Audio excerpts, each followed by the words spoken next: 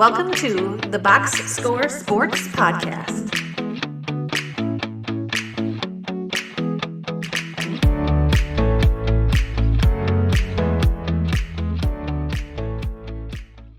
Welcome back, everybody, to the Box Score Sports Podcast. I'm your host, Ryan. On today's episode, we are going to do our Tuesday takeaways of Week 9 of the NFL season. Please let me know in the comments down below what was your takeaway for your favorite team or the game that you particularly like to watch. Let me know. I'm going to try to do this in 10 minutes or less. Please subscribe to the channel, like the video, and let's just kind of get right into it. So Thursday Night Football was the first game of the week. The Jets won 21-13. The wide receiver duel for the New York Jets, that'd be Wilson and Adams, 181 yards, 16 receptions, and 3 touchdowns. The Jets needed that win. They found a way to win. And the Houston Texans passing offense, and I know they've got a lot of injuries, they're 16th in the league right now in points per game. So I do wonder if the passing offense, I think, is a little better. Just the offense in general, I should have said, is 16th in points per game. So I wonder if they'll make a move on today's trade deadline day to get a wide receiver to sort of help that team. But Stroud with another not so strong performance, but we'll see if that turns around for the Houston Texans. Sunday starts with the Dallas Cowboys at the Atlanta Falcons, 27-21 Falcons victory. Kirk Cousins has really found his footing the last couple games. In this game in particular, 19 of 24, 222 yards and 3 touchdowns. Both CeeDee Lamb and Dak Prescott left the game with injuries. And I really think for the Dallas Cowboys, the writing's kind of on the wall. I don't think McCarthy lasts after this season, and nor should he. The Cowboys are kind of a mess, and I think they're really not performing to the level of some of their talent on their team. I know they're dealing with injuries. Their running back room is not very strong, but I feel like this team should be better than have a better record than what they do. The Miami Dolphins lose by a 61-yard field goal, by the way, to the Buffalo Bills, 30-27. The offense for the Dolphins looks better, obviously, with Tua back there, but just dramatically better. And they won in basically every statistical category against the Bills, but they still lost the game. And this is why I hate the Bills. I hate Josh Allen. I hate everything about the Bills. I'm just kidding. I don't hate them. I really respect them. Josh Allen is a beast, and he continues he's still the best quarterback in the AFC East. He's one of the top 5 quarterbacks when things are going. And he made a play in that game. Only Josh Allen. I shouldn't say only because we saw Drake May make a similar play, but it's definitely a Josh Allen-esque play where as he's getting hit, he throws a touchdown. And I can't handle it as somebody who's roots heavily for the Dolphins. But good for you, Avery, if you're watching this. Go Bills, I guess.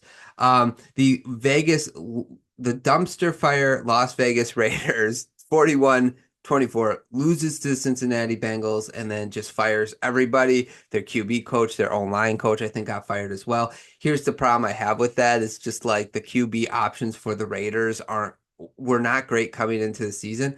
But let's blame the coaching staff. But Burrow looks on a mission. He had 5 touchdowns in that game and 251 yards passing, and he didn't even look excited after he threw his 5th touchdown, which shows that I think he's pretty locked in. The LA Chargers beat the Cleveland Browns 27-10. Winston came back down to earth and under earth with 3 interceptions. A couple, I think 2 of them were pretty bad interceptions. Herbert, though, is my big takeaway, 282 yards and 2 touchdowns. I just really think he's finding his way in this offense now. He's learning the offense the last couple games. He's kind of showed flashes of the old Herbert, the young quarterback that we were all excited about. So I really like what I see from Justin Herbert and that defense. I knew that defense would be good, and they're continuing to impress every week. And I think the Chargers are I think they're going to make the playoffs. The New England Patriots lose to the Tennessee Titans 20-17. Drake May had some moments. I think that was my biggest takeaway. I didn't really take anything away from the Titans side of the ball. I will say, I would say Mayo should have went for two. Like the Patriots should have just went for two. I think the same thing for the Buccaneers when they tied the game, and we'll get to that. But when you are the away team and you're sort of the underdogs, you should always just try to win the game. Nobody's going to hate you. Nobody's going to like, are we really going to be like, oh, you allowed Tennessee to win that game? You should have tried to beat them in overtime. It's like you don't care if you win or lose. Try to I don't know, give a team your spark in this case. And we'll talk about the Bucks in a second, the Buccaneers.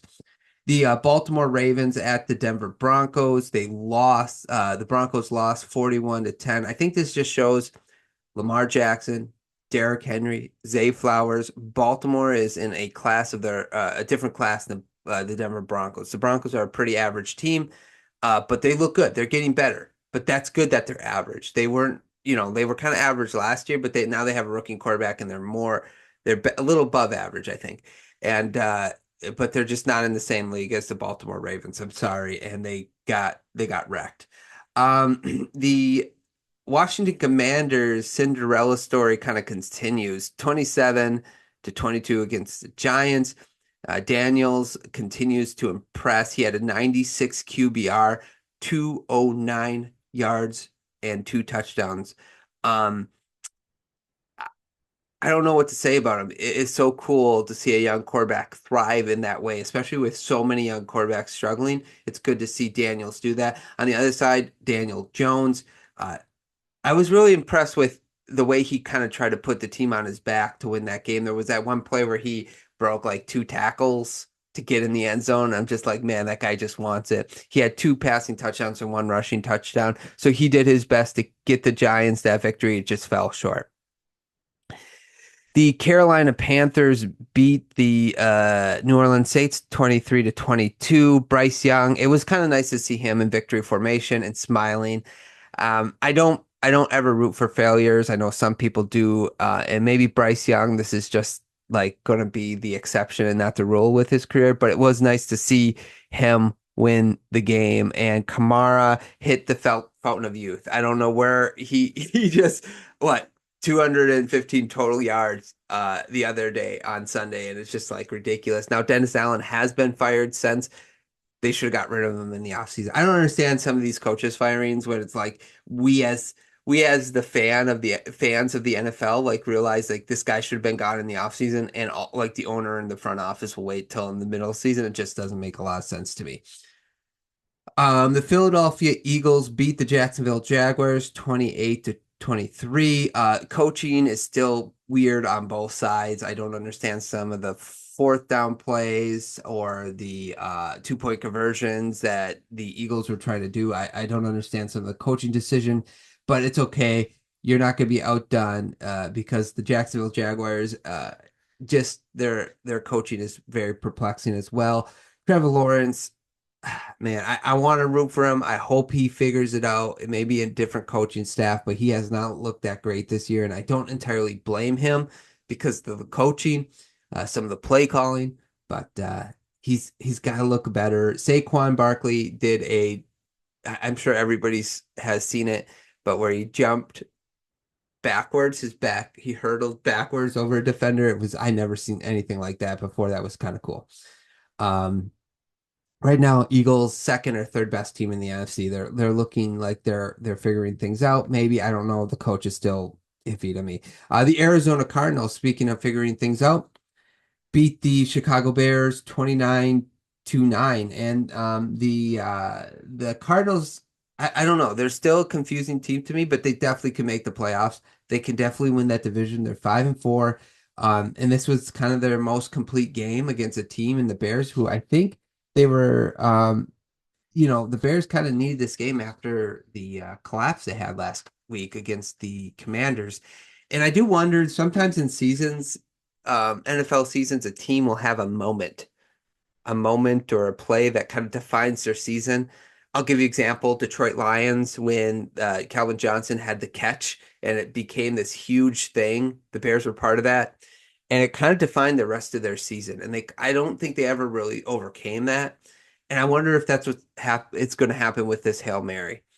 I don't know if it's something they're going to be able to overcome. I think they can. Every team can overcome these moments, but it just definitely seemed like they weren't the same team they were last week, this week. So I do wonder if that moment's going to define their season. The Green Bay Packers lose at home to the Detroit Lions. Let's go. Listen, QBR, Goff had 89. Jordan Love had 31.2. Now, Love was injured. To be fair, I would have I would have not played Jordan Love. Honestly, I would have started Malik Willis. But he had a horrible interception, and then throughout the game, you could tell his groin was getting worse and worse and worse as the game was going on. So, with all the hoopla about whether the Lions could play outdoors, that team is built to play outdoors running the ball. Now, Goff is going to be a question mark. Guess what? Any quarterback that isn't like top tier is going to be a question mark in the weather. Jordan Love was just as much as a big question mark in that offense because it really when you are an explosive play passing type of offense, weather can hinder your explosive plays. And we saw that with Green Bay, right? A couple drop passes, coupled errant throws. So, it works both ways. Both teams ran the ball pretty well, but the Lions ran it better. I don't even think the Lions, watching that game all the way through, I don't really think they brought their best stuff. I don't. And they didn't have to. So 24-14 win against Green Bay. Big win for the Lions. The LA Rams beat the Seattle Seahawks 26-20 in overtime. My big takeaway is that pass rush is ridiculous already at such a young age, but also the offensive line for the Seattle Seahawks is atrocious. And I really felt bad for Geno. He got sacked 7 times. And I think because of that, he threw 3 bad interceptions, and that you just don't really want that if you're the Seattle Seahawks. And I just wonder if they're just not going to be able to overcome that offensive line. And I think that might be the case. The Rams, with their offense intact, I think they're going to be competitive in every game. The Minnesota Vikings beat the Indianapolis Colts 21-13. So they brought in Flacco to hopefully give the spark to the team. Flacco really didn't do that, mainly because the Vikings have a really good defense, and their offense again showed up. I think it was a huge win for the Vikings after losing 2 straight. We'll see how the Colts go about it, but I guess the way they went about benching Richardson, it seemed like the locker room wasn't a big fan of it, even though I personally think he kind of needed to be benched only because he needs time to learn the game. But I don't know. But the Vikings end up winning the game and getting back on the getting back to winning. That's what I'm thinking of. Getting back to winning. Okay, finally, the Kansas City Chiefs last night beat the Tampa Bay Buccaneers 30-24. Baker played solid. The offense did their best. The defense did pretty good for the Bucs, but it wasn't enough. The Chiefs did what they did. They actually had a 17-10 lead, the Tampa Bay Buccaneers, and the Chiefs are the Chiefs. They figure out ways to win. DeAndre Hopkins looks like he's finding a rhythm with Patrick Mahomes. 8 receptions, 86 yards, 2 touchdowns. I think that's huge for the Chiefs. I think that trade's going to end up being awesome for them in the long run. And Tampa Bay, you scored a touchdown. Just go for 2, man. You have no business being in that game. You're on the road. Just try to win it. Because if you give the ball to the Chiefs, the likelihood of you getting the ball back was slim. So I don't know why the Bucs didn't go for 2 and just try to win the game. So those are my Tuesday takeaways. Let me know in the comments down below again what your takeaways were for Week 9 of the NFL season. Thanks so much for watching. I hope you guys enjoyed. Please subscribe to the channel, like the video, and we will talk to you guys real soon. Thanks so much for watching this clip of the Box Score Sports Podcast. I hope you guys enjoyed. If you haven't yet, please subscribe to our channel. Follow us on Instagram and Twitter or X. And we'll talk to you guys real soon. See ya.